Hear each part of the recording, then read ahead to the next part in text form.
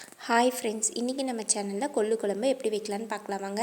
அதுக்கு நான் நைட்டே ஒரு கப்பு கொள்ளு எடுத்து ஊற வச்சு வச்சுருக்கேங்க. அதை நம்ம இன்றைக்கி குக்கரில் வாஷ் பண்ணிவிட்டு ஆட் பண்ணிக்கலாங்க.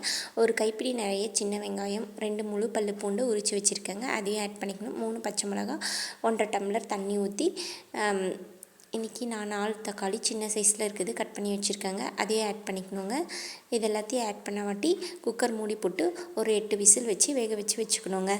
இதை நல்லா இப்படி வெந்ததுக்கப்புறம் இதில் இருக்க தண்ணி தனியாக வடிகட்டிட்டு நம்ம நல்லா நைஸாக கடைஞ்சிக்கோங்க.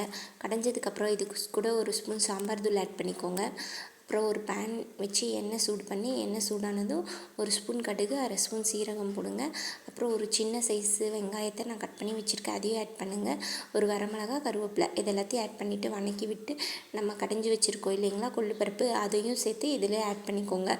குழம்புக்கு தேவையான அளவுக்கு இப்போ கொஞ்சோண்டு தண்ணி ஊற்றிக்கோங்க. நான் இன்றைக்கி அரை டம்ளர் தண்ணி ஊற்றிருக்கேன். தண்ணி ஊற்றி இந்த இதில் தேவையான அளவு உப்பு போட்டுக்கோங்க.